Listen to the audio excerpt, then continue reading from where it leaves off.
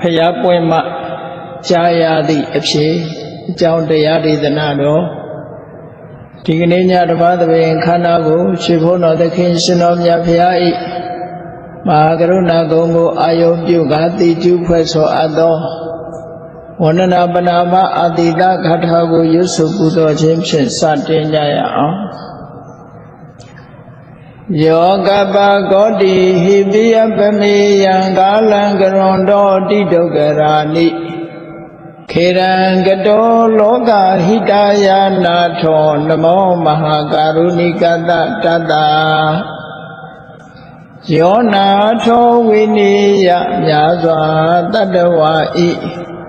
ချမ်းသာစီးပွားလိုလားတောင်းတဂုံပေါင်းခါသဖြင့်နာထမြညာခြင်းရှင်တော်မြတ်ဖရာသည်ကပ္ပကောတိဟိပိဂရေကဘာအရေးအတွက်သင်္ချာတို့ဖြင့်တော်လဲအဘေမေယံจิตတိုင်းတာဖော်ပြခြင်းငါမစွမ်းနိုင်ပါသော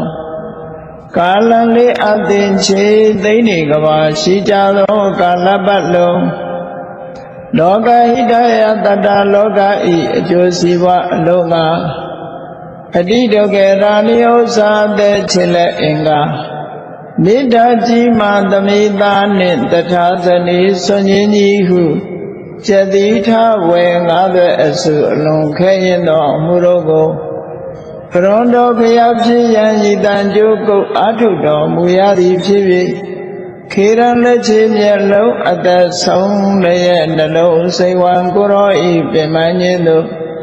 ကတောဘဝတဏ္ဍကျိပ္ပံများစွာရောက်တော်မူခဲ့ရရှာလေပြီမဟာကရုဏီကတတ္တဝါများရင်ဝဲသားကဲ့သို့တနာချစ်ခင်မဟာကရုဏာရှင်ဖြစ်တော်မူသောတသနာထသဝိနည်းများစွာတတ္တဝါဤချမ်းသာစီးပွားလိုလားတောင်းတဂုံပေါင်းခါသဖြင့်နာထမြညာထိုးရှင်တော်မြတ်ဖရာအားနမောယတိပြောင်းမှန်ကိုလျော၍ကရောယိုကျိုးရှိခိုးခြင်းသည်အထုဘဝတုစင်စစ်မသွေဖြစ်ပါစေတည်း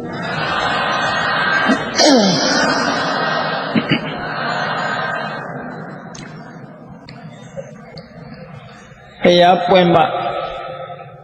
ကြားရသည့်အဖြစ်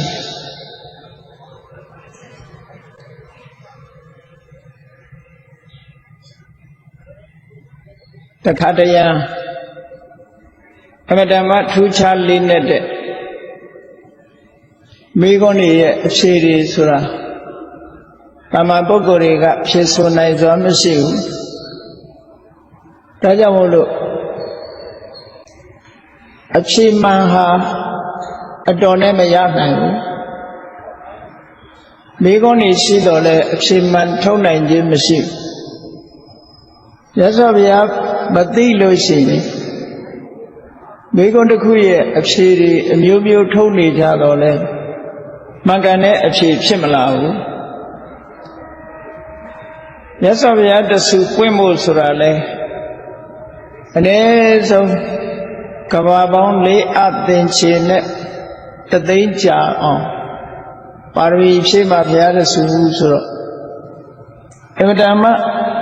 ရှိကြတဲ့ကာလကြီးအမတမရှိကြတဲ့ခုဗဒ္ဒကဘာမှာတော့ဘုရား5စုပွင့်လို့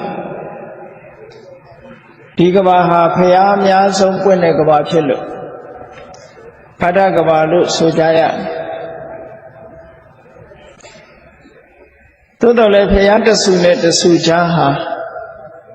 ကဘာမြေကြီးတယူဇနာလောက်မြင့်တက်လာတဲ့အခါမှာမြင့်တက်လာသည့်အချိန်တိုင်းထိအောင်ဘုရားမကြာညောင်းတယ်ပေါ့အဲ့ဒါလောက်ထိအောင်စောင့်ရတဲ့ကဘာနဲ့ခြီးပြီးတော့ပြောတာဖြစ်တော့ဘဝနဲ့ပြောလို့မရတဲ့ဟာတကဘာဆိုတာဘယ်လောက်ထိအောင်ကြာတယ်လဲလို့ဆိုလို့ရှိရင်လူတယောက်ဟာအယိုးရှိတဲ့တတ္တဝါဖြစ်ပြီးတန်တရားထဲမှာလဲလို့ အဲ့ဒီကဘာလုံးကဘာတစ်ခုမှဖြစ်တဲ့အယိုးရှိတဲ့တ attva ရဲ့သိဆုံးသွားလို့အယိုးတွေကိုစုပုံပြီးတော့ထားမယ်ဆိုလို့ရှိရင်ရသော်ဘုရားကရာဇဂိုမှာအနည်းဆုံးတောင်တစ်ခုကိုဥပမာပေးတာဝေပုံလတောင်လောက်အယိုးပုံကြီးဟာဖြစ်နိုင်တယ်လို့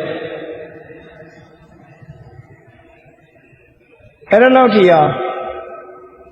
ဘဝပေါင်းမြောက်များစွာကဘာတစ်ခုမှာရှင်းတည်ကြရတရားဓမ္မသိဖို့ဆိုတာဟာလည်းပဲအမှန်ကန်သိဖို့ကြတော့မြတ်စွာဘုရားဟောမှပြီးကြရအဲ့ဒီတရားဓမ္မဆိုတဲ့နေရာမှာတမ္မန်သူစရိုက်ဒုစရိုက်ဆိုတဲ့တရားတွေကုသကမ္မပဋ္ဌတရားဆိုတာတွေကဘုရားမပွင့်တော့လည်းပဲဘုရားလောင်သူတော်ကောင်းတွေတို့ပိစိကဗုဒ္ဓတွေတို့ဟောလို့ပြောလို့ဒုစရိုက်ဆိုတာသိကြရတော့လေဝိပဿနာမဲ့ဖို့နိဗ္ဗာန်ဆိုတဲ့တရားမျိုးကတော့ဘုရားပွင့်မှသိကြရ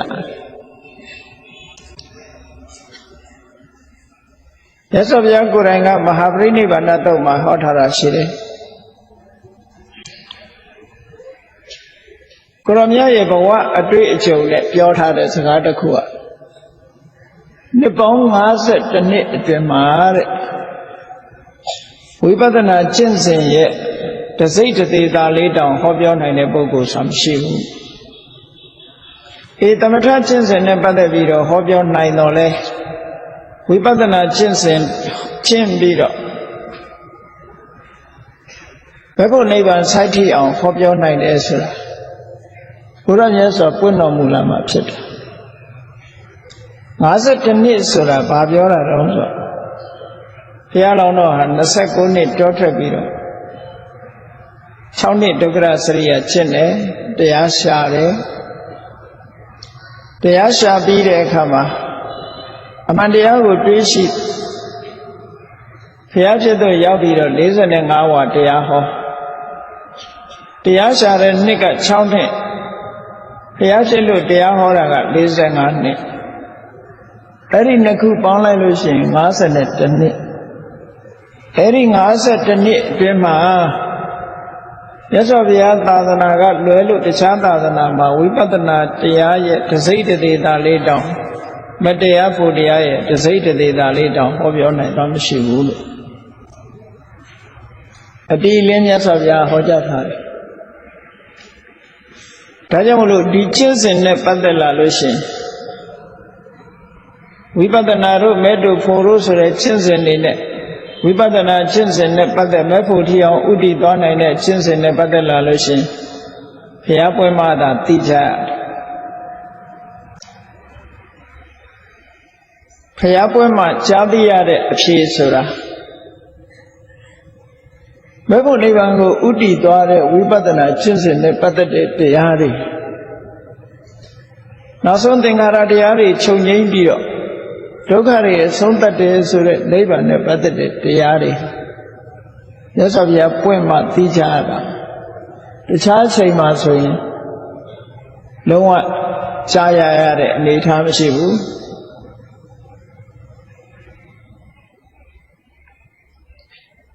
ဒါနဲ့ပတ်သက်လို့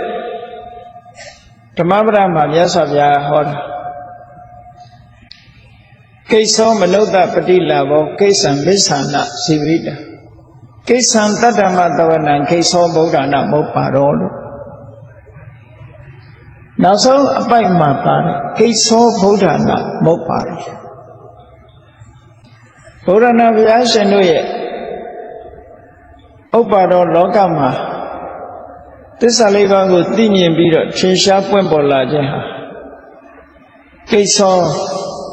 အလွန်လင်ခက်ခဲတယ်ရာခဲတယ်လောကမှာဘုရားပွင့်လာဖို့ဆိုလွယ်တာမဟုတ်ဘူးလို့ဒီလိုဆိုတယ်ဘုရားပွင့်လာမှတရားနာခွင့်ရှိတာဖြစ်သောကြောင့်လည်းပဲကိစ္ဆံတတ္တမသဝနာ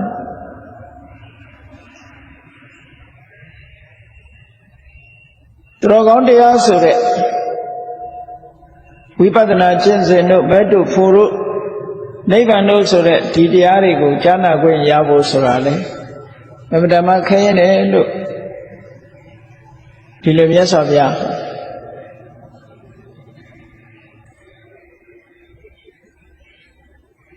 အဲ့ဒါနဲ့ပတ်သက်ပြီးတော့ဒီလိုဖျားပွင့်ပြီးတော့တရားတွေနာရတာတောင်မှပဲ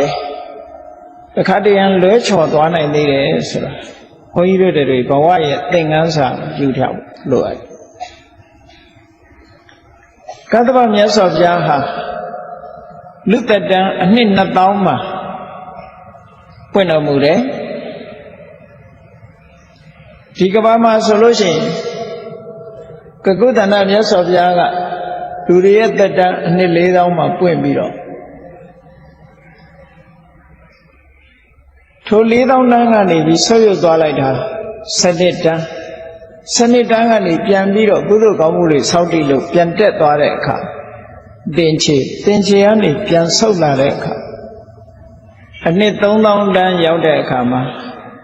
ကောနာခမနမြတ်စွာဘုရားပွင့်ပြန်အဲ့ဒီနောက်မှာတက်တန်းဟာဆုတ်လိုက်တက်လိုက်ဖြစ်ပြီးနောက်ဆုံးဆုတ်လာတဲ့အချိန်အသက်2000တန်းရောက်တဲ့အခါကျတော့ကတ္တဗမြတ်စွာဘုရားပွင့်နေအဲ့တော့2000တန်းဆိုတာဟာလူတွေကတော်တော်စိတ်နေသဘောထားကိုချင်းတရားတွေအလွန်ကောင်းတဲ့ခေတ်လို့ကောင်းသေးတယ်လို့ပြောသို့တော့ကောင်းတယ်လို့ပြောရပေမဲ့လို့ဆုတ်လာတယ်ဆိုကြတဲ့ကကိုချင်းတရားတွေပြပြလာလို့ဆုတ်တာပဲတစားဆုတ်လာတာဟာအကြောင်းမဲ့ဆုတ်တာမဟုတ်ဘူးကိုချင်းတရားတွေပြပြမှုကြောင့်အဲ့တော့ဒိဋ္ဌဆုတ်ကဆိုတာလူတွေရဲ့ကိုချင်းတရားနဲ့သက်ဆိုင်နေတယ်လို့တတန်းဆွေးရမှုဟာကိုချင်းတရားနဲ့သက်ဆိုင်ဘယ်လိုသက်ဆိုင်တာလဲလို့ဆိုလို့ရှိရင်လူတွေကကိုချင်းတရားပြတ်သွားပြီဆိုလို့ရှိရင်ပတ်ဝန်းကျင်ရာသီဥတုတွေရဲ့ပြောင်းလဲမှုတွေကဖြစ်ပေါ်လာဒီကနေ့ခေတ်ကဘာကြီးပူနွေးလာတာကိုအကြောင်းမျိုးမျိုးတွေပြနေကြတော့လဲတကယ်အဓိကအကြောင်းတော့ဟုတ်ပုံမပေါ်အဓိကအကြောင်းကတော့လူတွေရဲ့လောဘဒေါသမောဟဆိုတာပို့ပြီးတော့အဓိကကြဒီကနေ့လူသားတွေကိုချစ်ရုပ်ဝတ္ထုပစ္စည်းပိုင်းကတိုးတက်လာသည့်အတွက်ကြောင့်လူတွေရဲ့လိုအပ်ချက်တွေပို့ပြီးတော့များပြီးတော့လာဆိုလိုတာကလောဘတွေပို့များလာပစ္စည်းဥစ္စာတွေအသုံးဆောင်တွေထူးဆန်းတာတွေပေါ်လေလူတွေရဲ့လိုချင်တဲ့စိတ်တွေများလာတယ်လိုချင်တဲ့စိတ်များလာလို့လူတိုင်းရသလားလို့ဆိုမရတော့လိုချင်မှုကပြင်းထန်မရတဲ့အခါကျတော့စိတ်ထဲမှာစိတ်ရဲ့ဖြည့်ဆည်းမှုတွေကြောင့်ကြိုးစားအထောက်အမှုစိတ်ဖြည့်ဆည်းမှု stress ဆိုတာတွေတိုးတက်ဖြစ်ပေါ်လာအဲ့ဒီစိတ်ရဲ့ဖြည့်ဆည်းမှုဓာတ်တွေကိုကဘာကြီးပူနွေးဖို့ရအတွက်အကြောင်းတရားတွေဖြစ်ပေါ်လာတယ်ကဘာရဲ့ရာသီဥတုတွေပြောင်းလဲပြီးတော့သွားတယ်ဘာဖြစ်လို့လူတွေရဲ့ကိုယ်ချင်းတရားတွေပြောင်းတယ်စိတ်တွေပြောင်းတယ်လူတွေရဲ့အပူတွေကတကဘာလုံးပြန့်နှံ့ပြီးတော့ဘာတွေဖြစ်လဲရာသီဥတုတွေပြောင်းတယ်ပြောင်းလာတဲ့ရာသီဥတုအရလူတွေကမှီပြီးတော့အသက်ရှင်ရတာဥတုနဲ့အာဟာရကိုမှီပြီးတော့အသက်ရှင်တာဖြစ်တယ်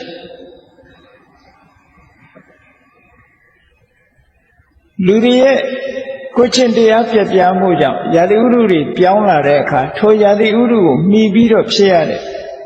သီးနှံပင်တွေရဲ့အစီဩဇာဟာလည်းရုပ်လျော့သွားတယ်ဒါကြောင်းကျိုးအနေနဲ့ဒီလိုဆက်တယ်အဲ့ဒီသီးနှံတွေမှာအစီဩဇာကရုပ်လျော့သွားတော့လူတွေရဲ့အသက်ရှင်မှုအတွက်ဥရုနဲ့အာဟာရ ရေးကြီးတဲ့အကြောင်းနှစ်ခုဖြစ်တယ်အသက်ရဲ့ရှည်မှုတူမှုကိုဘယ်သူကနေအဆုံးဖြတ်ပေးနေတော့ဆိုဟောဒီဥဒုနဲ့အာဟာရဆုံးဖြတ်ပေးနေလူတွေအသက်ရှည်တယ်ဆိုတာလဲဥဒုနဲ့အာဟာရပဲသက်တူတယ်ဆိုတာလဲဥဒုနဲ့အာဟာရကံမပါဘူးလားလို့ဆိုသက်ရှည်မှုတူမှုနဲ့ပတ်သက်ပြီးတော့ကံကမဆုံးဖြတ်နိုင်ဘူးအဲ့တော့ကံမဆုံးဖြတ်နိုင်ဘူးဆိုတာဟုတ်ပါမလားလို့စဉ်းစားကြည့်လိုက်ကကိုယ့်ကိုစဉ်းကျင်စဉ်းစားကြည့်ကတ္တဗမြတ်စွာဘုရားနဲ့ဂေါရမမြတ်စွာဘုရားဟာဘုရားဆိုတာကံချင်းရှင်ကြည့်မယ်ဆိုလို့ရှိရင်ဟိုဘုရားကလည်းလေးသိမ့်ခြင်းတဲ့ကဘာတသိမ့်ပါရမီဖြစ်ရဒီဘုရားကလည်းလေးသိမ့်ခြင်းတဲ့ကဘာတသိမ့်ပါရမီဖြစ်ရဆိုကံအနေနဲ့မတူပေဘူးလားပါရမီတွေဖြစ်ရတာတူတူပဲဟုတ်ကဲ့လားအဲ့တော့ကံအနေထားကတော့ဘုရားနှစ်စုကသူမတာကိုမတာလို့ပြောရမှာပဲအဲ့ဒါလို့သူမတာကိုမတာဖြစ်နေတာကတ္တဗမြတ်စွာဘုရားကြတော့အနှစ်2000အသက်ရှည်ပြီးတော့နေရတဲ့ခေါ်တော့မြတ်စွာဘုရားကြတော့တရားဓမ္မမွေးဖွားပြီးအသက်80ပဲနေရတယ်အဲ့ဒါကံကဆုံးဖြတ်တာလားယာတိဥဒုနဲ့အာဟာရဆုံးဖြတ်တာအေးဒါကြောင့်အဲ့ဒါအလွန်ထင်ရှားတဲ့ဥပမာတစ်ခုပဲเนาะ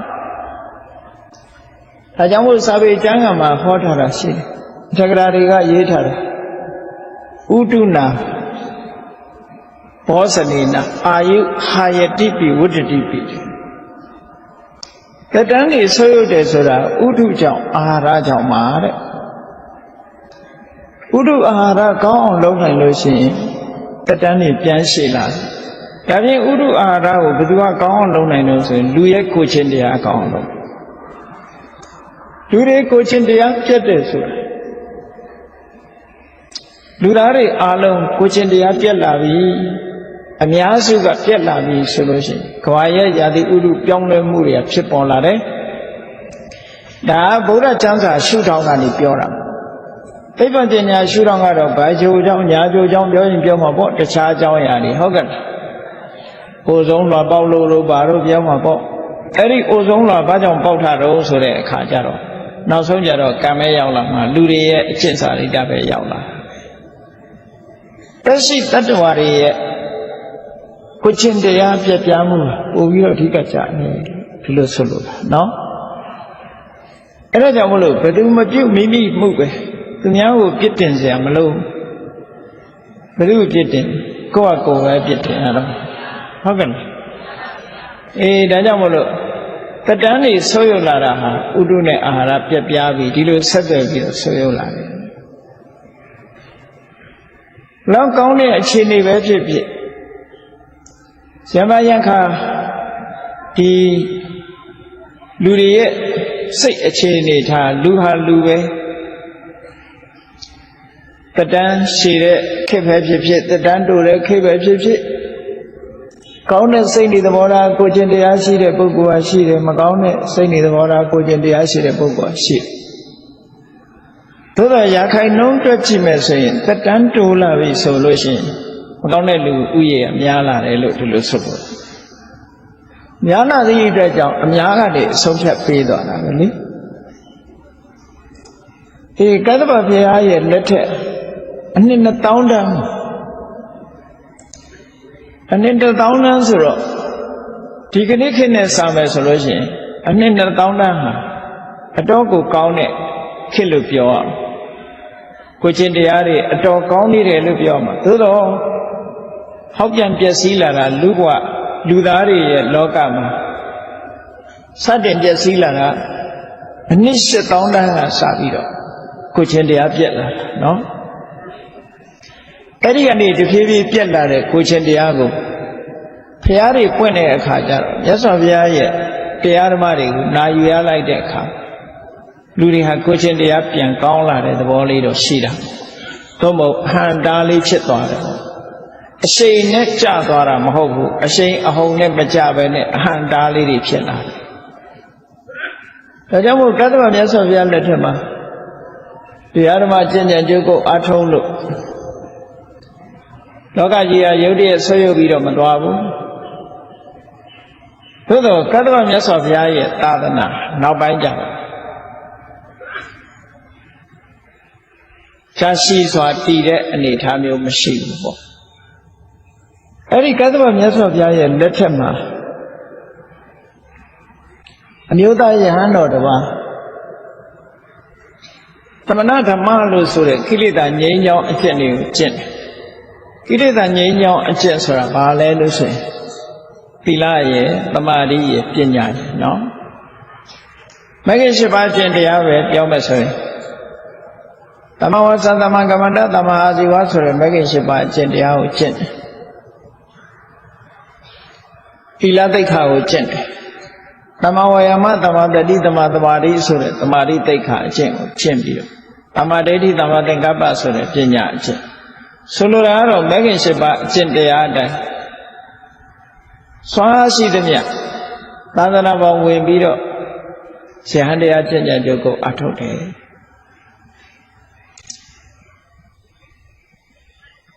လူတွေရဲ့စိတ်ဟာတတ္တဝါတွေရဲ့တဏ္ဍာလွှမ်းမိုးနေတာကတော်တော်များများအကုသိုလ်စိတ်ကလွှမ်းမိုးတတ်တယ်ဟောဘုရားလက်ထက်ကအဲ့ဒီမျိုးသားယဟန်တော်လေးတစ်ပါးကောင်းကောင်းနေတယ်ကျင့်တယ်ယဟန်ကောင်းပြီးပြီးသားသားနေတယ်ကျင့်တယ်အဲ့ဒီနေ့ကျတော့ဝိနည်းသိက္ခာပုဒ်ပြညတ်ထားတာတစ်ခုရှိယဟန်တော်တွေအနေနဲ့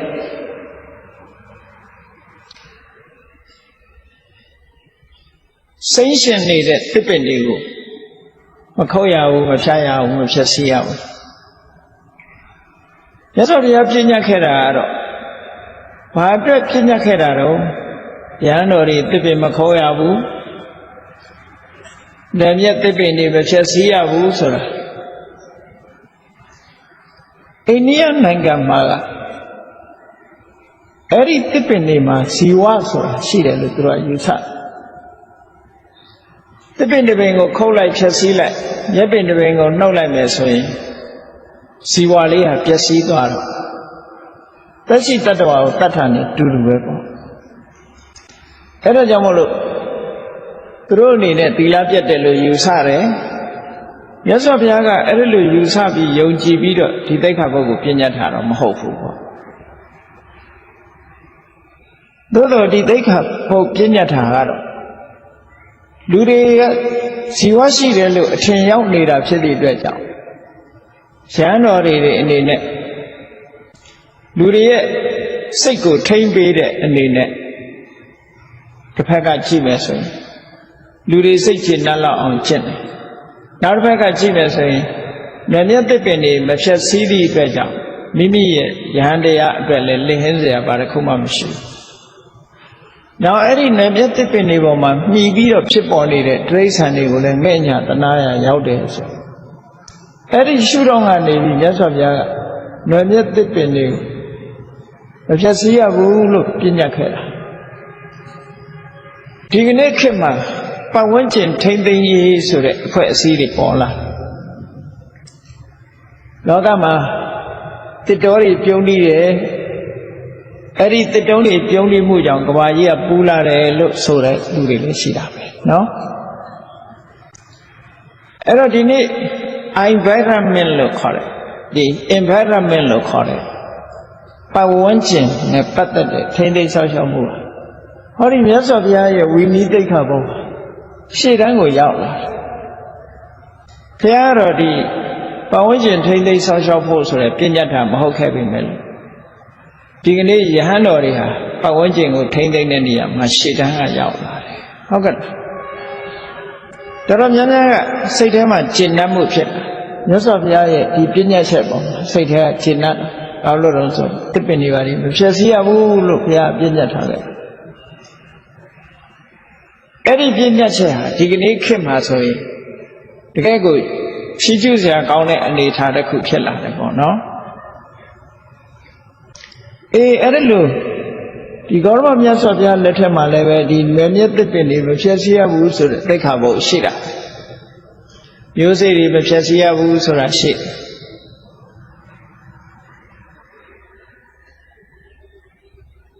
အဲ့ဒီခုနကယဟန်တော်တစ်ပါးဒီသိက္ခာပုဒ်ကိုသူထိမ့်သိမ့်ဆောက်ရှောက်တယ်သို့တော့တခါကသူကလှေစီးပြီးတော့ခရီးသွားတယ်လှေရဲ့အရှိန်နဲ့ကမ်းခြေကကပ်ပြီးတော့လေကအဟုန်လေးနဲ့သွားနေတဲ့အချိန်မှာကန်းဆက်မှာပေါက်နေတဲ့ရင်းမြက်ရွက်ကလေးကိုလှမ်းဆွဲလိုက်တာ။ဘာလည်းမဟုတ်ဘူးအနာနာရှိလို့ဆွဲလိုက်တဲ့သဘောပဲနော်။ဆွဲလိုက်တဲ့အခါလေကသွားနေတာဖြစ်တဲ့အတွက်ကြောင့်ဒီရလေးဟာမထင်မှတ်ဖက်နဲ့ပြတ်သွား။ပြတ်သွားတဲ့အခါမှာသူ့စိတ်ထဲမှာဘလို့အောင်းမိတ်လဲလို့ဆိုရင်ဩဒါလေးမတော်တဆပြတ်သွားတာငါတမင်ဖြတ်တာမဟုတ်ဘူးဆိုတဲ့အတွေးလေးနဲ့ဒီလိုနေတာအပြစ်မရှိတော့ဘူးလို့သူစိတ်ထဲမှာအဲ့လိုထားတယ်။အဲ့ဒီကိုတော့သေကံဤရောက်တဲ့အခါပြန်တော်မူတော့မယ်ဆိုတဲ့အချိန်သူတီလာကိုသူဆင်ញင်လိုက်တယ်။ကိုချင်းတီလာဘလောက်ထီအောင်သူစင်စင်ကြဲကြဲထိမ့်သိမ်းဆောက်ရှောက်ခဲ့တယ်။အခြားဘာမှသူ့မှာပြောစရာမရှိဘူးအဲ့ဒီလှေစီးတော့ကဒီမြက်ကလေးပြတ်သွားတာလေးတခုဒါလေးကသူ့လေဘဲမှာလာစွတ်နေတယ်လို့ဖြစ်စိတ်ထဲမှာဖြောက်လို့မရဘူးစိတ်ထဲမှာဆွဲလန်းမှုလေးတွေကတစ်ခါတစ်ခါအလွန်အန္တရာယ်ကြီးတယ်အလွန်အန္တရာယ်ကြီးတတ်တယ်ကံတရားတွေရဲ့အနေထားကိုလည်းပဲဆင်ញင်စဉ်းစားဖို့လိုအပ်တယ်ပေါ့စိတ်ဆွလန်းမှုဆိုတာလေးတွေကအခါတလေအန္တရာယ်ပေးတယ်အကုသိုလ်ဆိုတာ2မျိုးရှိတယ်လို့မှတ်ရအကုသိုလ်တစ်မျိုးကဘာလဲလို့ဆိုရင်အာရမ္ဗစအထုံးနေတဲ့အချိန်ဖြစ်တဲ့အကုသိုလ်ကတစ်ခုနောက်တစ်ခုကဘာလို့ဆိုဝိပတိတာရစနောက်ပိုင်းမှာပြန်ပြီးတော့အဲ့ဒီပြစ်မှုအတွက်စိတ်ထဲမှာယူကျုံမရဖြစ်ပြီးနှလုံးမသာမရဖြစ်နေတာအဲ့ဒါကြောင့်ဖြစ်တဲ့အကုသိုလ်ကတစ်ခုအာရမစအကုသိုလ်ဆိုတာကတော့လုံးမိသွားပြီဆိုတဲ့အရာတစ်ခုဟာပြီးသွားပြီပြင်လို့မရတော့သို့တော့အဲ့ဒီအကုသိုလ်နဲ့ပတ်သက်ပြီးတော့နောင်တတွေရနေမယ်ပူပန်တောကတွေရောက်နေမယ်ဆိုလို့ရှိရင်အဲ့ဒီနောင်တရနေခြင်းနောင်တပူပန်နေခြင်းဟာတကယ်တော့အကျိုးဖြစ်နိုင်တဲ့အရာမဟုတ်ဘူးကောင်းကျိုးပေးနိုင်တဲ့အရာမဟုတ်ဘူးဘာလို့ကောင်းကျိုးမပေးနိုင်လို့ဆိုပြန်ပြင်လို့မရတဲ့ဟာတစ်ခုအတွက်ပူပန်နေလို့ပဲနော်လောက်ပြီးသားတစ်ခုကိုမလောက်ရသေးဘူးလို့ပြောလို့မှမရမှာမရပြီးပြီးသားတစ်ခုကပြန်ပြင်လို့ရပါမလားပြန်ပြင်လို့မရတဲ့အရာတစ်ခုပေါ်မှာစိတ်ထဲမှာပူးနေခြင်းဟာ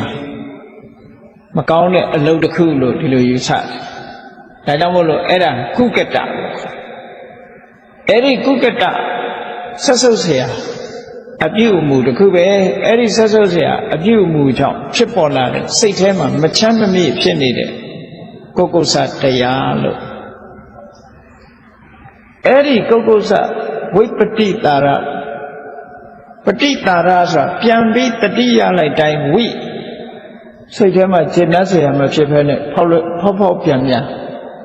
မလမပမရှိမလစိတ်ထဲမှာပြန်တတိယရတယ်နှလုံးမသာမယာဖြစ်တယ်လို့ဗမာလို့ဒီလိုပြောလို့ရှိတယ်ပေါ့နော်အဲ့ဒီနှလုံးမသာမယာမှုဆိုတာဟာကိုချင်းတိလပြက်မြူးနဲ့ပတ်သက်ပြီးတော့ဆက်ဆက်လာတတ်တယ်တစ်ချိန်တစ်ခါမဟုတ်တာလုံးမိသွားလို့ရှိရင်အဲ့ဒီတစ်ချိန်တစ်ခါမဟုတ်တာလုံးမိတာအတွက်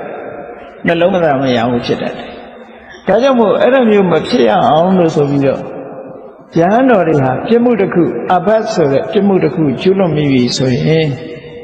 အဲ့ဒီနှလုံးမသာမယာမှုမဖြစ်ရအောင်လို့ဆိုပြီးတော့ဒေသနာကြားရတယ်လို့ပြောတာနော်ဒေသနာကြားတာဟာပြုလုပ်ပြီးသားအကုသိုလ်ကိုပြင်တာမဟုတ်ဘူးပြုလုပ်ပြီးသားပြစ်မှုကိုပြင်တာမဟုတ်ဘူး အဲ့ဒါအတွက်ခွင့်ဟပြောလိုက်တဲ့ဖြင့်ဝိပတိတာရစအကုသိုလ်မဖြစ်အောင်တားတာပဲအဲ့လိုဆိုလိုတာဟုတ်ကဲ့လားအဲ့ဒီဝိပတိတာရစအကုသိုလ်မဖြစ်ရအောင်ကိုချင်းသီလအတွက်အကုသိုလ်တွေဆက်ပြီးတော့မပွားရအောင်ခွင့်ဟဝန်ခံလိုက်တဲ့ဆိုရင်စိတ်ထဲမှာအေးချမ်းသွားနောက်ထပ်ဒါအတွက်တအုံလေးလေးမရှိတော့ဘူးပေါ့အဲ့ဒီအမျိုးသားယဟန်တော်လေးဟာဒီကနေ့ကြတော့မှသူ့သီလတွေသန္တာတွေစင်ကြယ်ပါရဲ့သားနဲ့ဒီပြစ်မှုလေးတစ်ခုကအမဲဆက်ကြီးဖြစ်ပြီးတော့သူ့စိတ်ထဲမှာအယိတ်မဲကြီးထင်းနေတယ်လို့ဖြောက်လို့မရအောင်ဖြစ်လာတယ်ဒါနဲ့ပဲပြန်လွန်သွားတဲ့အခါကျတော့အဲ့ဒီဝိပတိတာရစအကုသိုလ်ဆိုလောက်ဒုက္ခပေးလဲလို့ဆိုရင်အနှစ်2000တရားအထုတ်ထားပါလျက်တန်းနဲ့ရဟန်းဘဝနဲ့အထုတ်ထားပါလျက်နဲ့ဒီကနေ့မှဖြစ်ပေါ်လာတဲ့အဲ့ဒီဝိပတိတာရစအကုသိုလ်နှလုံးမသားမရဖြစ်မှုကနေပြီးတော့သူ့ကိုဘယ်ပို့လိုက်တော့ဆိုလို့ရှိရင်တိရစ္ဆာန်ဘုံပို့လိုက်တာဟုတ်ကဲ့အဲ့တော့ဘလောက်နစ်နာတော့ဆိုအလွန်နစ်နာတယ်လို့ပြော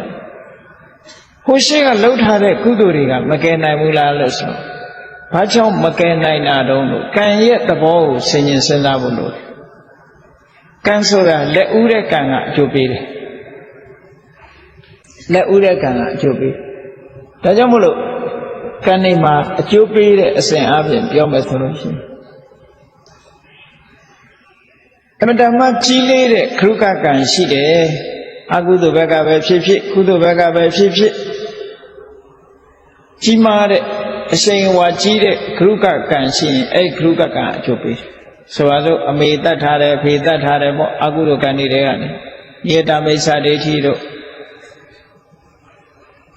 ဘလောက်ကုသိုလ်လုပ်သူကပဲအကျိုးပေးမယ်ခရုကကံကောင်းတဲ့ကံတွေကဆိုရင်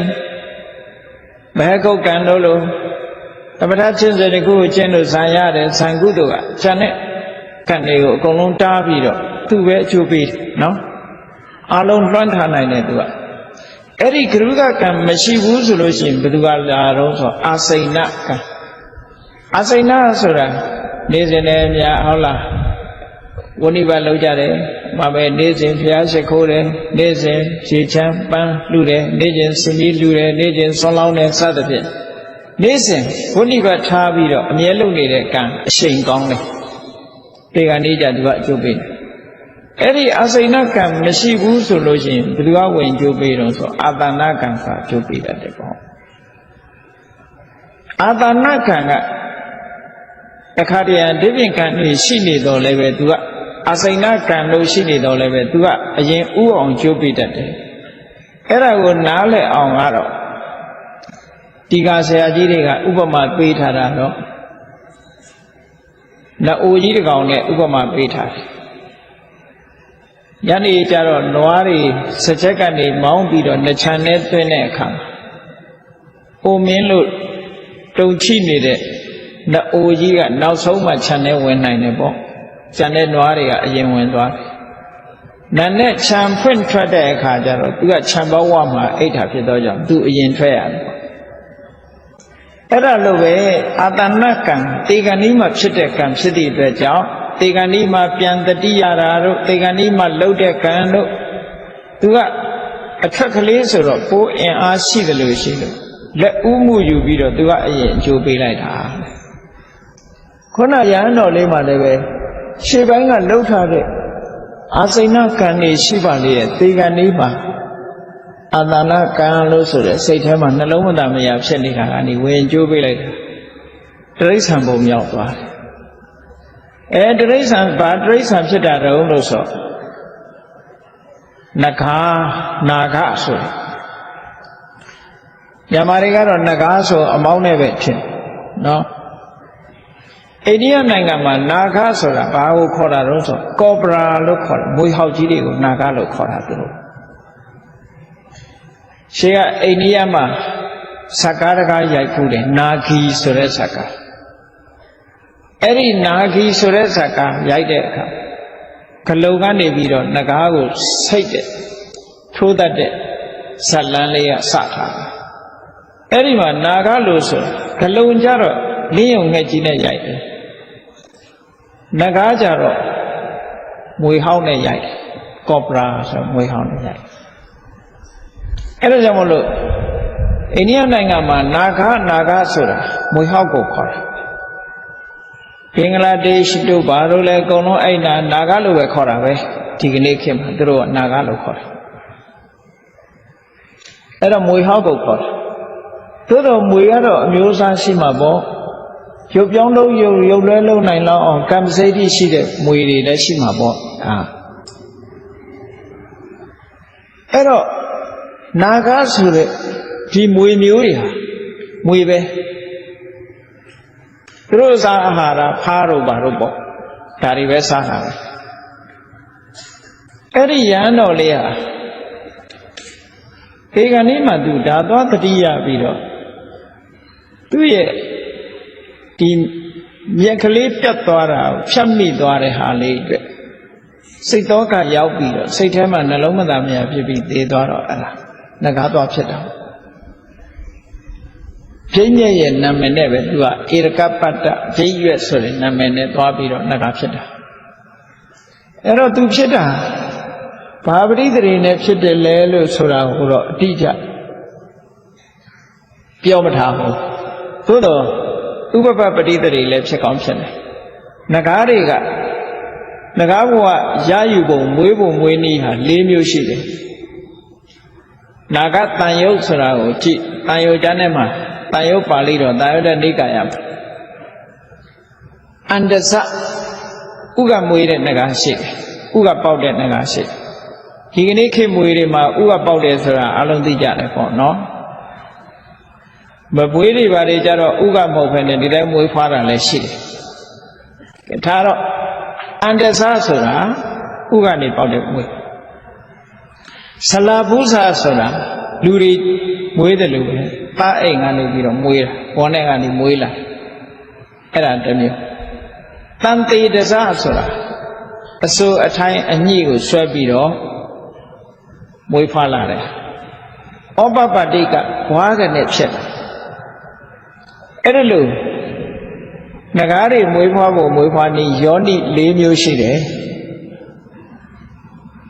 အဲ့ဒီယောနိ၄မျိုးရှိတဲ့တဲပဲငကားတွေရဲ့အဆင့်တန်းကလည်းပဲအဲ့ဒီယောနိလိုက်ပဲအန္တစမျိုးငကားတဲ့ဆလာပုဇမျိုးငကားကပို့ပြီးတော့တကူကြည့်တယ်ဆလာပုဇမျိုးငကားတဲ့တန်တေတစမျိုးငကားကပို့ပြီးတော့တကူကြည့်တယ်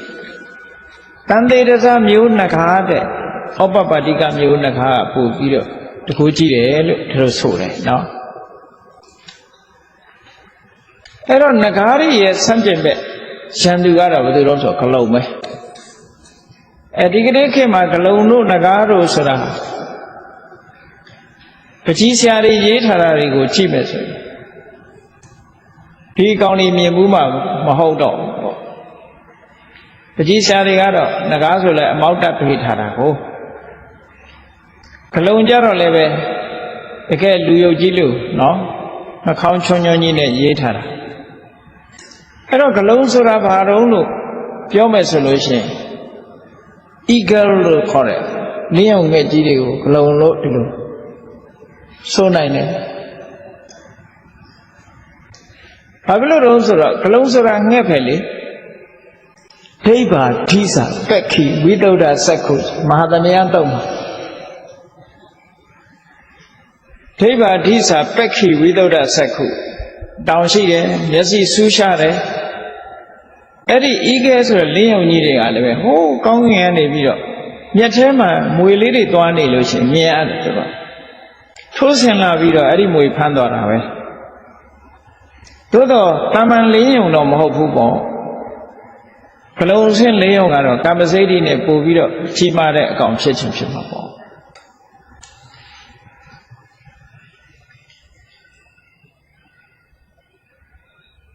သူကလည်းပဲမွေမြင်လို့ရှိရင်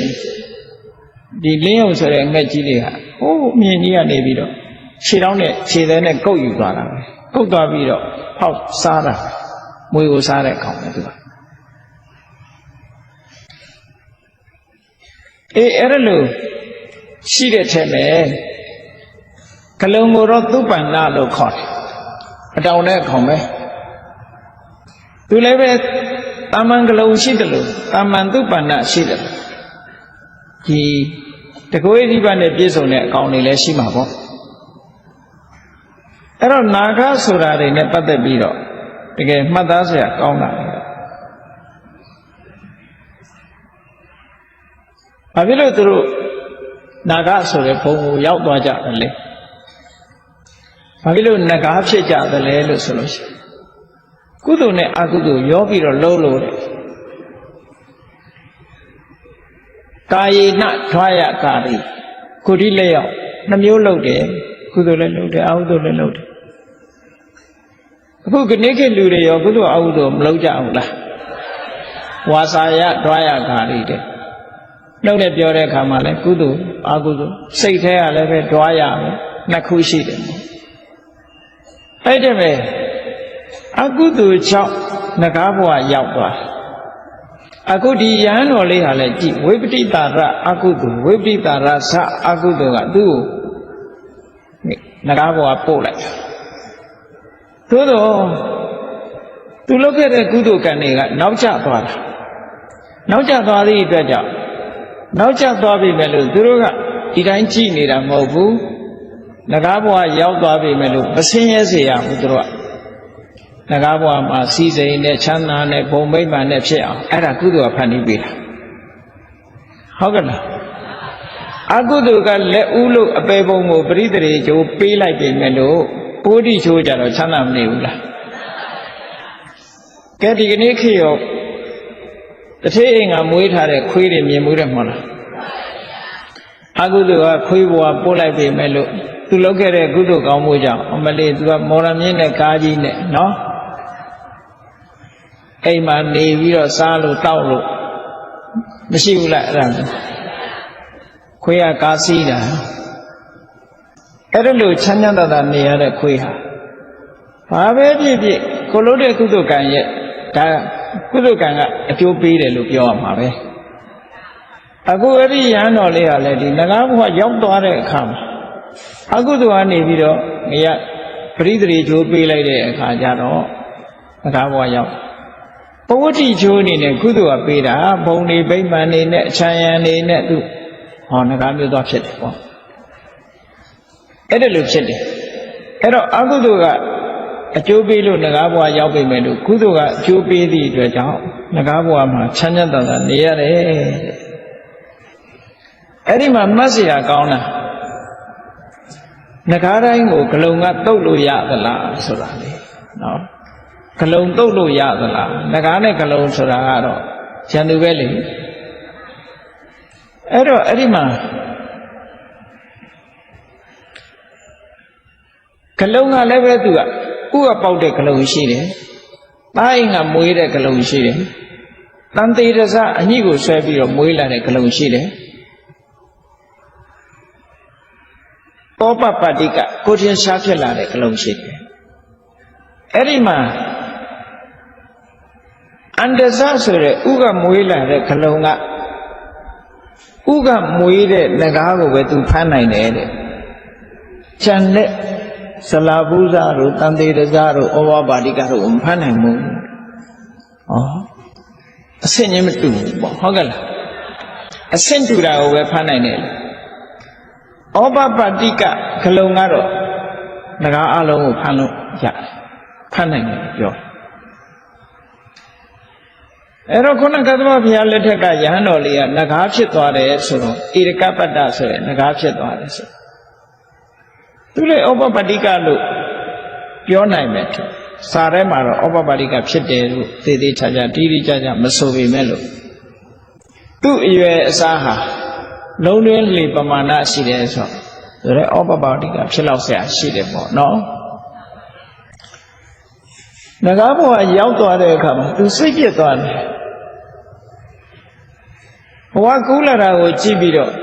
ငါယဟန်တရားတွေဒီလောက်အားထုတ်ရတဲ့နဲ့ဟာသိစာငါသိစာတိရစ္ဆာန်ဘဝငါဖြစ်ရလေခြင်းဆိုပြီးတော့စိတ်ထဲမှာတော်တော်လေးစိတ်မကောင်းဖြစ်တယ်ပေါ့နော် သို့တော်လည်းယည်သည့်တတ္တဝါပဲဖြစ်တဲ့ဘဝမှာပျော်တတ်တယ်ပေါ့ဘဝဒိက္ခန္တိဆိုတာကိုရတဲ့ဘဝပျော်တာပဲနောက်ကြအဲ့တော့ခုနလိုအကုသိုလ်ကနေအကျိုးပေးလိုက်လို့တေဂန်ဤဆဲဆဲမှာနှလုံးမသားမယာကြောင့်ဖြစ်နေတဲ့ဝိပရိသရာသအကုသိုလ်ကြောင့်ငကားဘုံရောက်သွားပြီမဲ့ကုသကံတွေကလိုက်ပြီးတော့ထောက်ပံ့ကူညီပေးလို့ဘုံနဲ့ဗိမာန်နဲ့ခြံရံနဲ့ငကားဘဝမှာသူချမ်းချမ်းသာသာတော့နေရတယ်ပေါ့နော်အဲ့ဒီမှာယခေဘဝကယဟန်တရားအထုတ်ခဲ့တဲ့အသိဉာဏ်တွေဟာပြန်ပြီးတော့သိထားတော့သူစိတ်ထဲမှာတိရစ္ဆာန်ဘဝကိုရလိုက်တာဖြစ်ရလေဒုက္ခဖြစ်ရလေခြင်းဆိုပြီးတော့စိတ်ဆင်းရဲမှုတွေရှိတယ်။သို့တော်လည်းပဲ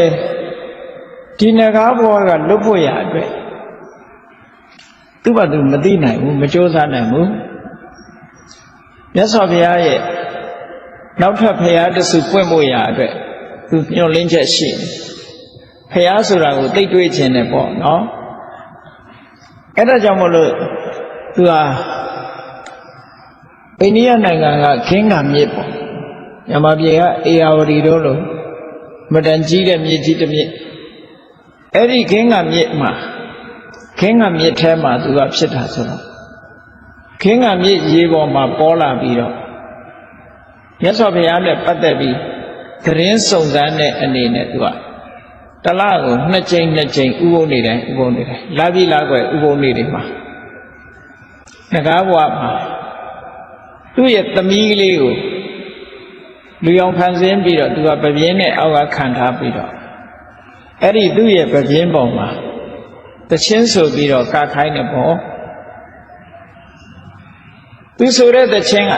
တကယ်အဆင့်မြင့်တဲ့လေးနဲ့တဲ့တချင်းတွေကိုသူကဆိုခိုင်းတာပေါ့အဲ့တော့တချင်းလို့ဆိုတာကတော့ဒီအိန္ဒိယနိုင်ငံကတချင်းတွေကြည့်လို့ရှိရင်ဒီလိုတန်စင်နဲ့သွားတာပဲဗမာပြည်သချင်းနဲ့မတူဘူးပေါ့ပါဠိတန်စင်ခါထားတွေဟာသူတို့သချင်းလို့ဆိုတာ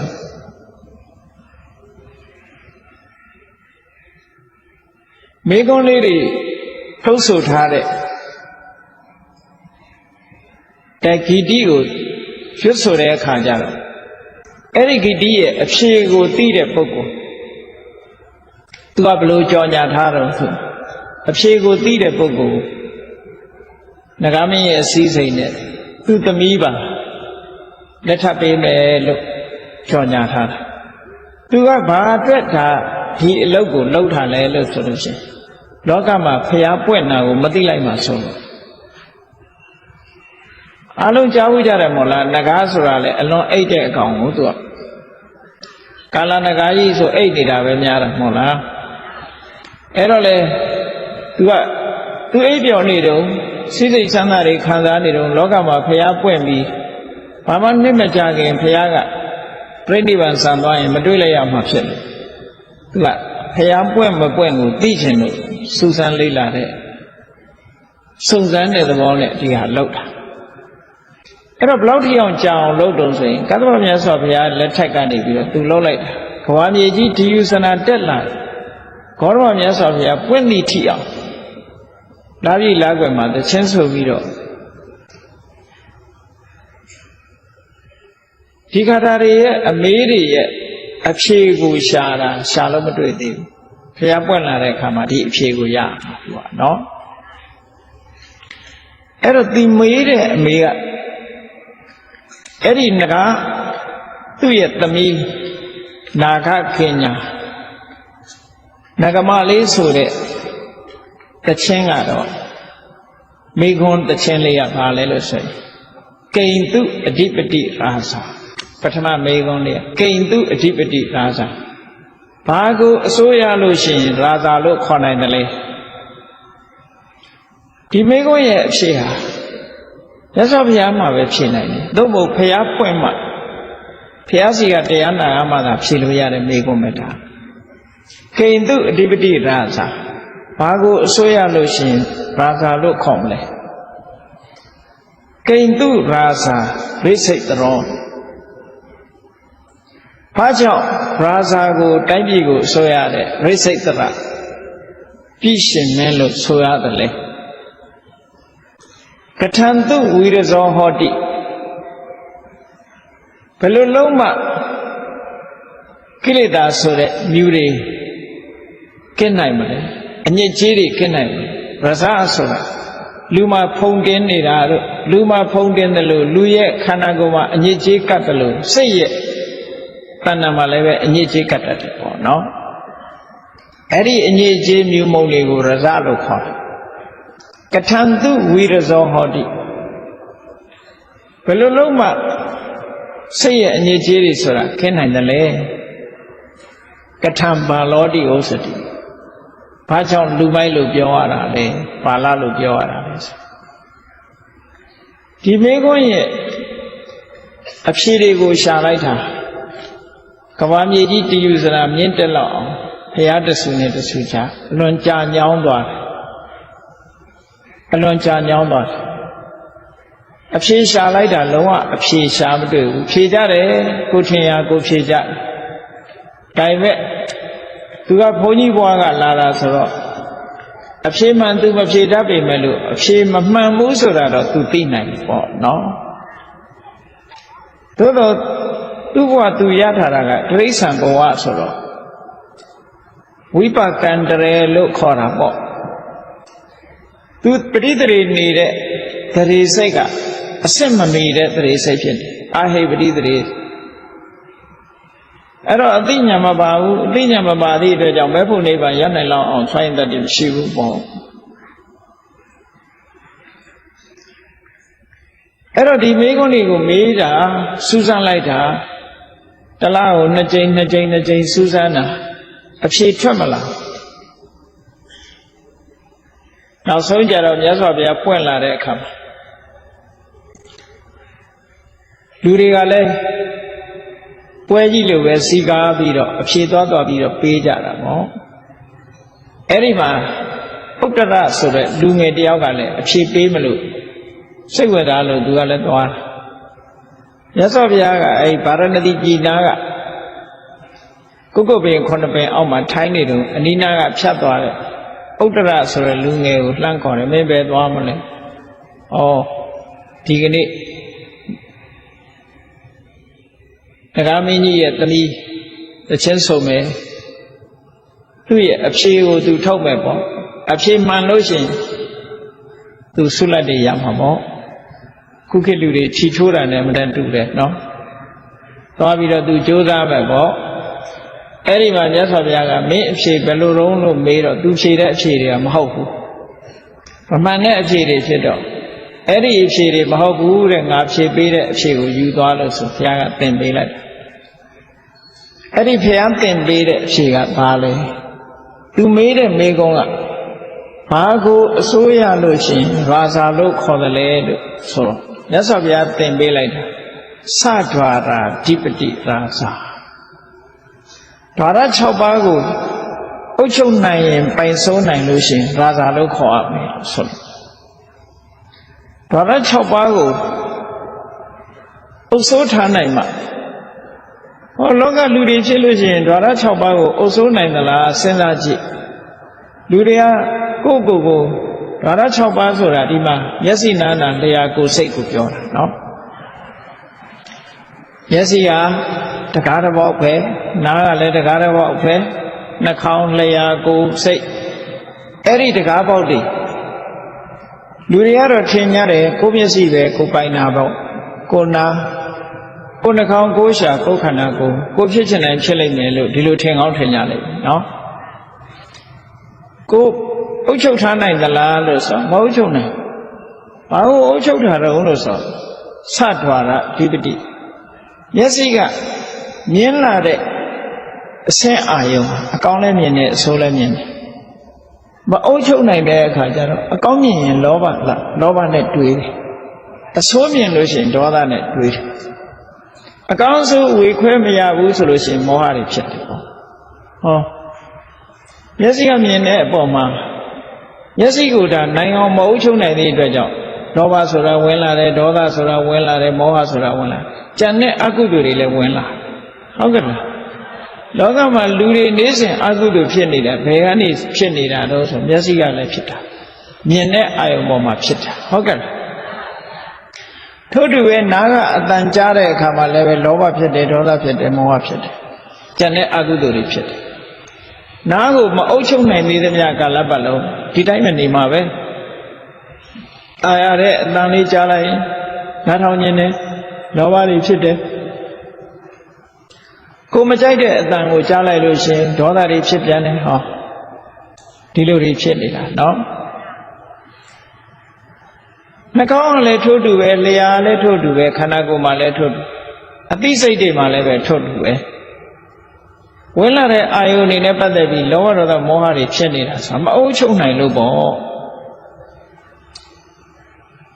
မအုပ်ချုပ်နိုင်လို့ဓဝရ6ပါးကဝင်လာတဲ့များအကောင်းဝင်လာတာမဟုတ်ပါတော့အဆိုးတွေဝင်နေကိုယ်အိမ်ကကိုမလုံးဘူးဆိုရင်တခိုးတွေဝင်မယ်ဓမြတွေဝင်မယ်ခွေးတွေဝင်မယ်ကြက်တွေဝင်မယ်ဟုတ်ကဲ့လားကိုယ်အိမ်ကတကားကိုလုံးလုံးချုံချုံအုပ်ချုပ်ထားမယ်ဆိုလို့ရှိရင်ဒီလိုဖြစ်မှာမဟုတ်ဘူးမအုပ်ချုပ်နိုင်တဲ့အတွက်ကြောင့်လူတွေရဲ့တဏ္ဍာမှာဖြစ်တဲ့ကောင်းပြီဆိုတဲ့မွန်မြတ်ပြီဆိုတဲ့ကုသိုလ်ယေရနာတွေဟာပျောက်ဆုံးကုန်အိမ်ပေါ်မှာရှိတာဟောဒီဓဝရ6ပါးကလောဘဝင်လိုက်ဒေါသဝင်လိုက်မောဟဝင်လိုက်ဒါကြောင့်မို့မြတ်စွာဘုရားကအာတိတုပ္ပသုတ်တံမှာဆိုလို့ရှိရင်ရွာပြည့်ကြီး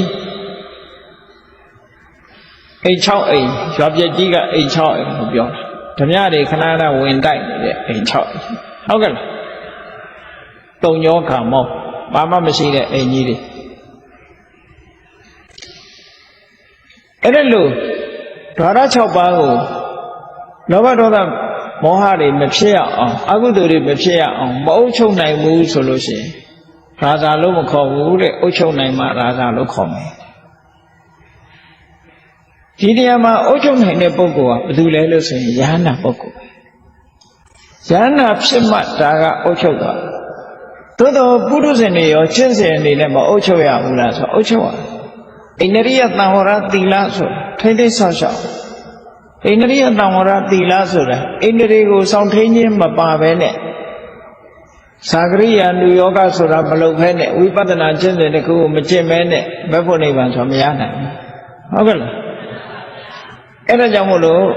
ဒီနေရာမှာတော့သဒွါရာဓိပတိရာဇာဓဝရ6ပါးကိုပိုင်နိုင်စွာအုပ်ချုပ်ထားနိုင်တဲ့ပုဂ္ဂိုလ်ဟာရာဇာပဲဒါဖြင့်ရာဇာကိုဘာဖြစ်လို့ရိစိတ်တရလို့ခေါ်လဲလို့ဆိုရင်ရိသမန္နောရိစိတ်တရောရိစိတ်တရဆိုတဲ့နေရာကမ္မမှုကိုအစိုးရတယ်လို့ဒီလိုအဓိပ္ပာယ်ရတယ်တစ်ဖက်ကလည်းပဲတိုင်းပြည်ကိုအစိုးရတယ်လို့ဒီလိုပြော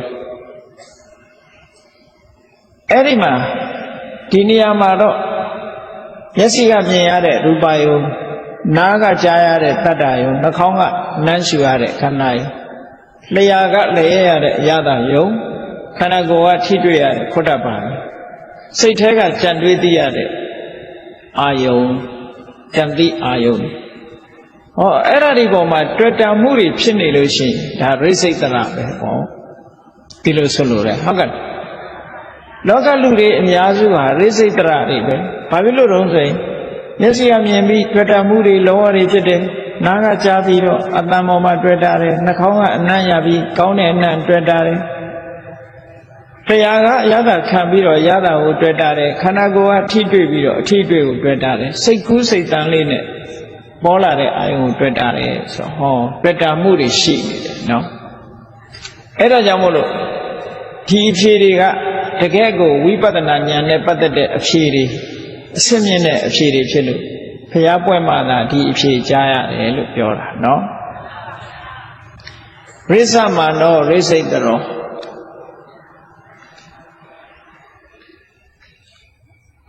ဟောနောက်မေးတဲ့မေးခွန်းကသူကဝိရစကထံတုဝိရဇောဆိုတာကြတော့အရိသံဝိရဇောဟောတိရိသံဘာလောတိဟောစတယ်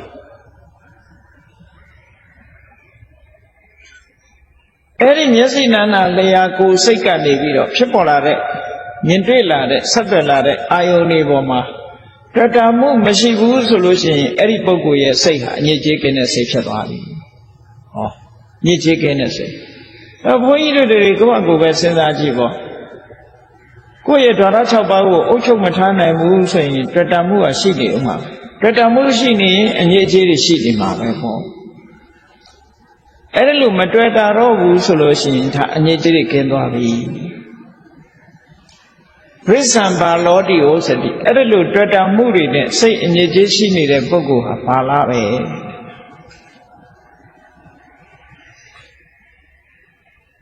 ဒီလိုဆိုလို့လားအဲ့တော့အဖြေ၄ချက်ကိုခုလိုအမေး၄ချက်ကိုခုလိုအဖြေဖြုတ်လိုက်တဲ့အခါအမှန်တမ်းအာရစရာကောင်းတဲ့ဘယ်တော့မှမကြားဘူးတဲ့အဖြေတွေဒါတွေကကတ္တဗဘုရားလက်ထက်ကလေးကငကားဖြစ်ကြတဲ့ဒီအဖြေတွေကိုရှားနေတာအခုဒီကနေ့မှနောက်ဆုံးနှစ်ပေါင်းများစွာကြာကြတိုင်းကြာပြီးတော့မှဒီအဖြေလေးကိုရအဲ့ဒါနဲ့ရှေ့ဆက်ပြီးတော့ဘေးကုန်းမိတယ်ရှေ့ဆက်မိတဲ့ဘေးကုန်းကဘာတော့ဆိုကေနတ္တုဩရှတိဘာလောရှေ့ဟာနဲ့ဆက်ထားတာပရိစ္ဆံဘာလောတိဩစတိဘာလဆိုတဲ့ပုဂ္ဂိုလ်တွေ့တာတဲ့ပုဂ္ဂိုလ်ဘာလဟုတ်ကဲ့ဘုန်းကြီးတို့တွေမျက်စိကမြင်တဲ့အစင်ပေါ်မှာတွေ့တာတဲ့နှာခေါင်းနားကကြားတဲ့အတန်ပေါ်မှာတွေ့တာတဲ့နှာခေါင်းကနမ်းပြီးအနံ့ရတဲ့အနံ့ပေါ်မှာတွေ့တာတဲ့လျှာကသိရတဲ့အရာသာပေါ်မှာတွေ့တာတဲ့ခန္ဓာကိုယ်အထိတွေ့ရတဲ့အထိတွေ့ပေါ်မှာတွေ့တာတဲ့စိတ်ထဲမှာပေါ်လာတဲ့စိတ်ကူးစိတ်တန်အာယုန်တွေနဲ့ပတ်သက်ပြီးတွေ့တာတဲ့အဲ့ဒါလို့တွေ့တာတဲ့ပုဂ္ဂိုလ်ကိုဘာလလို့ဆိုဒါဖြင့်အဲ့ဒီဘာလဘယ်မှာမျောပါနေတာလဲကိုယ့်ကိုယက်တည်နိုင်မလားမယက်တည်နိုင်ဘူးဒါကြောင့်မို့လို့အဲ့ဒီမေကုန်းကိုဆက်ပြီးတော့မေးတာကေနတ္တုဘုံရှတိဘာလောအဲ့ဒီဘာလဆိုတဲ့ပုဂ္ဂိုလ်ဘယ်အရာကနေပြီးတော့တိုင်မျောနေတာလဲတောင်ကြရည်တွေဆိုတာအမတမပြင်းထန်တဲ့ရေစည်းကြီးတွေကိုဩဃလို့ခေါ်တယ်နော်ဆူနာမီတို့လိုပြင်းထန်တဲ့ဒီလှိုင်းကြီးတွေအဲ့ဒါမျိုးကိုဩဃလို့အဲ့ဒီထက်ကျသွားလို့ကတော့ရုပ်ပြီးပါသွားမှာပဲသိချဘယ်လိုမှမတတ်နိုင်အဲ့ဒီဘာလဆိုတဲ့ပုဂ္ဂိုလ်ဟာဘာလဆိုတဲ့ပုဂ္ဂိုလ်ကိုဘယ်အရာကနေပြီးတော့အဲ့ဒီလိုတိုက်မြုပ်နေတာလဲလို့ဒီမေးခွန်းကိုဆက်ပြီးတော့မေးတဲ့အခါကျမြတ်စွာဘုရားသင်ပေးလိုက်တဲ့အဖြေနဲ့ဘယ်လိုပြောတော့ဆိုဩခေနဘုံရှတိဘာလောအဲ့ဒီဘာလားဆိုတဲ့ပုဂ္ဂိုလ်ကိုတဲ့တဏှာထဲမှာရှိတဲ့ကာမောကဘောကဒိဋ္ဌောကအဝိဇ္ဇောကလို့ခေါ်တယ်လောဘဆိုတဲ့ဩကဒိဋ္ဌိဆိုတဲ့ဩကအဝိဇ္ဇာဆိုတဲ့ဩကအဲ့ဒီလိုင်းကြီးကနေပြီးတော့တိုင်မျောပြီးတော့ဆွဲမြုပ်နေတာပါတဲ့ဟုတ်တယ်လေဘုန်းကြီးတို့တွေတန်တရားထဲမှာခေါင်းဖော်လို့မရအောင်မျောကျင်တိုင်းမျောနေတာဟာနော်ကာမောကလို့ဆိုတဲ့လောဘနောင်မှာမျောတာလောဘရဲ့ဆွဲမြုပ်မှုကိုခံနေရဒိဋ္ဌိလို့ခေါ်တဲ့မှားရွံ့တဲ့အမြင်ကလည်းပဲကိုယ့်ပေါ်မှာလွှမ်းမိုးထားတယ်သူ့ရဲ့လွှမ်းမိုးမှုရဲ့ဆွဲမြုပ်မှုကိုခံထားရတယ်အဝိဇ္ဇာဆိုတဲ့အမှန်မသိမှုရဲ့မောဟရဲ့ဆွဲမြုပ်မှုကိုခံထားကြရတယ်။ဒါကြောင့်မို့လို့တဏှာထဲမှာခေါင်းကိုမဖော်နိုင်ဘူး။နိဗ္ဗာန်ဆိုတာမြင်နိုင်စွာမရှိဘူး။တဏှာဝုတ်ကလွတ်မြောက်ဖို့ဆင်းရဲဒုက္ခကလွတ်ရလွတ်ကြောင်းလမ်းစမြင်နိုင်စွာမရှိဘူး။ဒါကနေပြီးတော့လွှမ်းမိုးထားတာတဲ့။ဒါကြောင့်မို့တဏှာရှည်တာလို့ဒီလိုဆိုလို့တာနော်။ဩဂေနဝုရှတိဘာလောဘာလကိုအဲ့ဒီဩဃတွေကဆွဲမြုပ်ထားတာဘုန်းကြီးတို့တွေကိုယ့်အကိုစဉ်းစားကြည့်မျက်စိကနှစ်သက်စရာအာယုံတွေးလိုက်လို့နှစ်သက်သွားပြီဆိုရင်အဲ့ဒါဒီလိုင်းကမြုပ်လိုက်ပြန်တာပဲဟုတ်ကဲ့လားအဲ့ဒီစိတ်အဲ့ဒီချိန်မှာကုသိုလ်စိတ်ကလေးပေါ်ရလားမပေါ်ဘူးမြုပ်သွားတာပဲဟုတ်ကဲ့လားမြုပ်သွားတာဒေါသဖြစ်လိုက်ရင်လည်းမြုပ်သွားမှာပဲပေါ့ဒီမှာတော့ကာမောကဘဝကဒိဋ္ဌောကဆိုတဲ့ဒီလောဘကြောင့်မြုပ်သွားတာဒိဋ္ဌိကြောင့်မြုပ်သွားတာကိလေသာဆိုတဲ့ဒီလိုင်းကြောင့်မြုပ်သွားတာ အဲ့လိုတန်တရားထဲမှာမြုပ်ပြီးမျောနေကြဒါကြီးကိုဖြတ်ကျော်ပြီးတော့နိဗ္ဗာန်ဆိုတဲ့ဘက်ကန်းကိုတွားနိုင်စွမ်းမရှိဘူးလို့ဒီလိုပြောတာနော်ဩကေနဝုံစတိပါလောအဲ့ဒီဩဃကိုဒီလူတွေကိုတတ္တဝါတွေကိုဆွဲပြီးတော့မြုပ်တတ်တဲ့ကာမဘဝလို့ဆိုတဲ့တဏှာဒိဋ္ဌိရဲ့မောဟလို့ဆိုတဲ့အဝိဇ္ဇာဒါတွေကိုဘာနဲ့ဖယ်ရှားပြစ်မလဲဘယ်လိုဖယ်ရှားပြစ်ရမလဲလို့ဆိုယောဂနုဒတိပန္တိတောပညာရှိတဲ့ပုဂ္ဂိုလ်ကတော့သမဗ္ဗံ၄ပါးကျင့်စဉ်တရားကိုကျင့်ပြီးတော့ဖယ်ရှားပြစ်မယ်ဒါတွေဘလောက်ပဲကြီးမားတဲ့ဩဃပဲဖြစ်ဖြစ်ယောဂလို့ဆိုတဲ့မှန်ကန်တဲ့ကျင့်စဉ်တစ်ခုနဲ့ဖယ်ရှားလို့ရတယ်ဟုတ်ကဲ့မှန်ကန်တဲ့ကျင့်စဉ်ဆိုတာဘာကိုပြောတာလဲဆိုရင်သမဗ္ဗံတရား၄ပါးသမဗ္ဗံတရား၄ပါးဆိုတာကိုယ်တဏ္ဍအကုသိုလ်တွေမဖြစ်ရင်မဖြစ်ရအောင်စုပိတ်တာတံဝရလို့ခေါ်တယ်မဖြစ်သေးရင်မဖြစ်အောင်စုပိတ်တယ်ဖြစ်လာလို့ရှိရင်ဖယ်ရှားပြစ်တယ်ကုသိုလ်တွေမဖြစ်သေးဘူးဆိုရင်ဖြစ်အောင်ကြိုးစားတယ်ဖြစ်ပြီးသားကုသိုလ်တရားတွေတိုးပေါအောင်ကြိုးစားတယ်အဲ့ဒီလိုကြိုးစားခြင်းဖြစ်လာရင်ဟောဒီတန်တရားထဲမှာရှိတဲ့ဩဃဆိုတဲ့ဒီလိုင်းတွေကိုဖယ်ရှားပြစ်နိုင်တယ်လို့ဒီလိုပြောတာနော်အဲ့တော့စုပ်ပိတ်ခြင်းကြိုးစားမှုကဒီလိုပဲလေ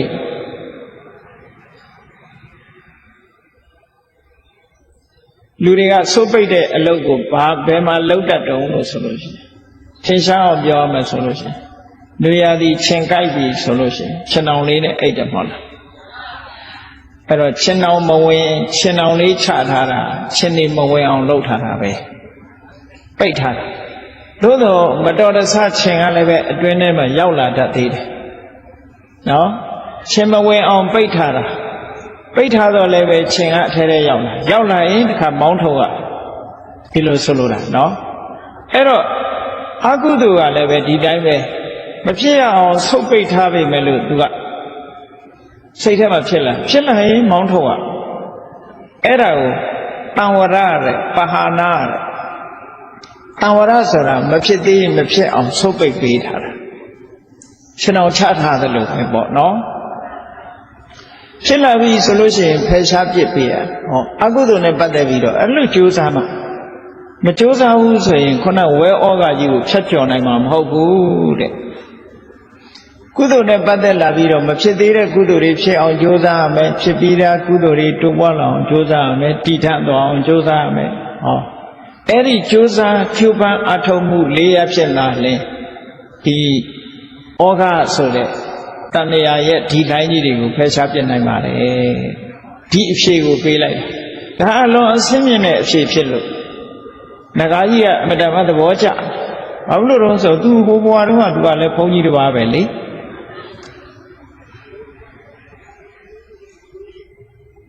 နောက်သူမေးတဲ့မိကွန်းကပါတော့ယောဂခေမိကထံဟောတိ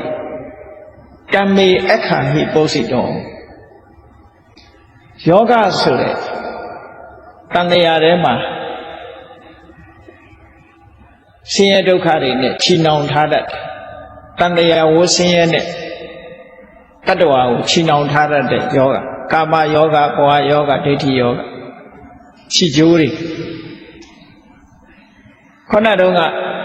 ဃလို့ဆိုတာဆွဲမြုပ်တတ်တဲ့အရာဒီလိုင်းကြီးတွေယောဂဆိုတာတန်တရားထဲမှာချီနှောင်ထားတာ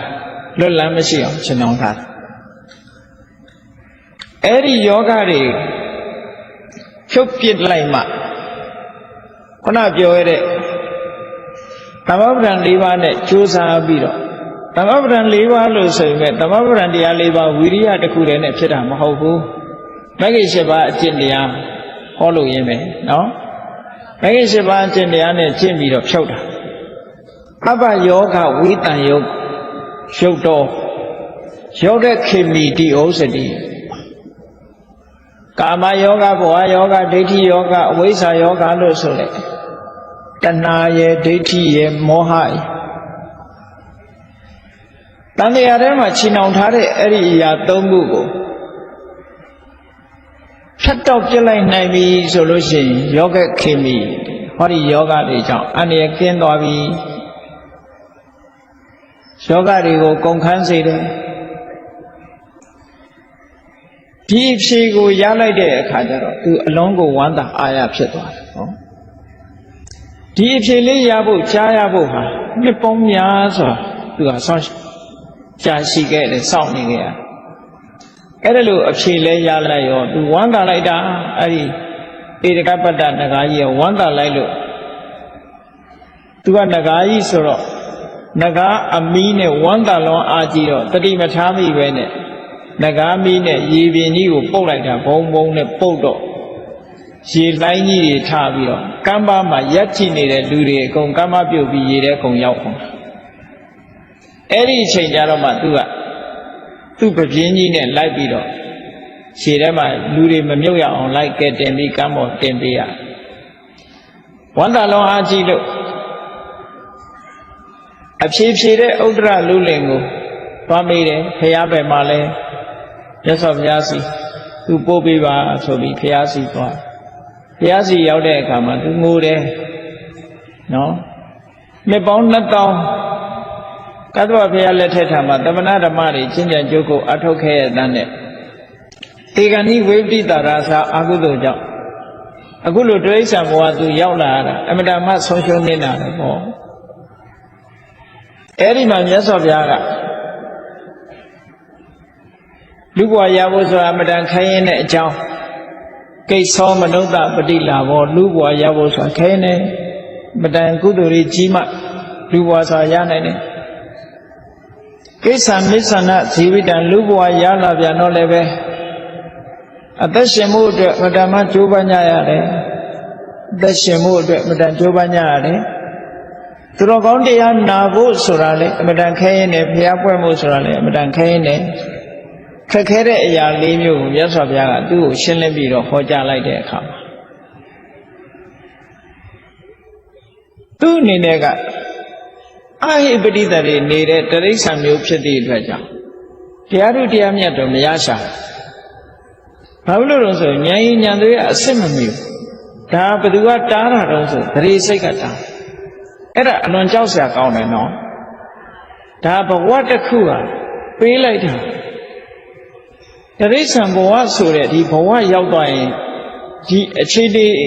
မကောင်းတဲ့အနေအထားကြီးတစ်ခုကတော့ဘယ်လိုမှပြင်လို့မရတဲ့အနေအထားကြီးပဲ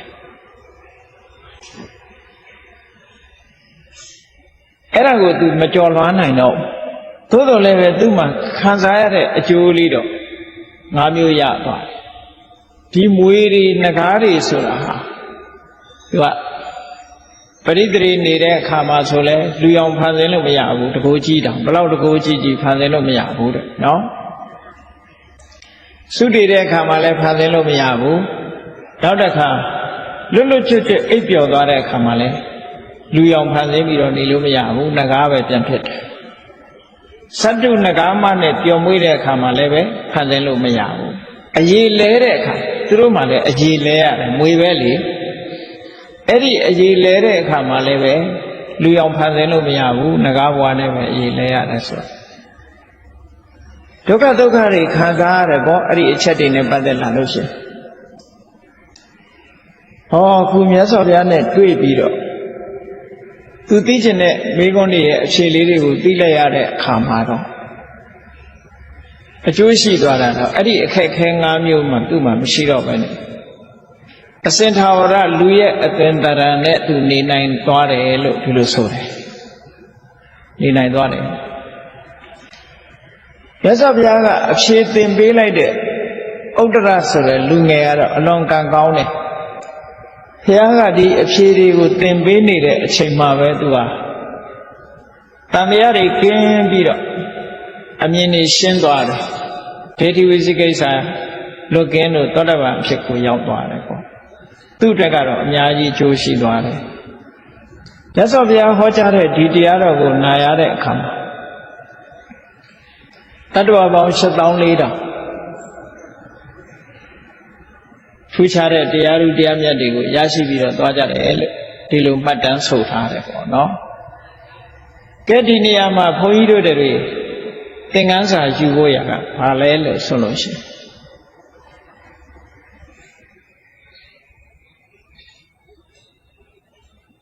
ဘဝတစ်ခုမှာကံတရားဟာအမြဲတမ်းမသေးကြဘူးဆိုတာကိုတတိထားကြဖို့လိုအပ်တယ်ပေါ့ကောင်းတာတွေငါတို့လုပ်ထားပြီဆိုပြီးတော့စိတ်ချရမလားလို့ဆိုတခွက်လေးလွဲချော်သွားနိုင်သေးတယ်နော်အဲ့ဒါလိုလွဲချော်မှုမရှိအောင်အစဉ်တတိထားဖို့လိုအပ်တယ်ပေါ့လူတွေရဲ့တဏ္ဍာမှာကုသိုလ်တွေရှိတယ်လို့အကုသိုလ်တွေလည်းရှိတယ်အဲ့ဒီကံတရားတွေဟာဆိုင်ရာအကြောင်းတရားတွေကြောင့်သူတို့ကအကျိုးပေးလာနိုင်တယ်ပေါ့ဒါကိုတတိထားဖို့အမှန်တမ်းအရေးကြီးတယ်ကောင်းတဲ့ကံတွေမိမိတို့တဏ္ဍာမှာများများဖြစ်အောင်လုပ်ပြီးတော့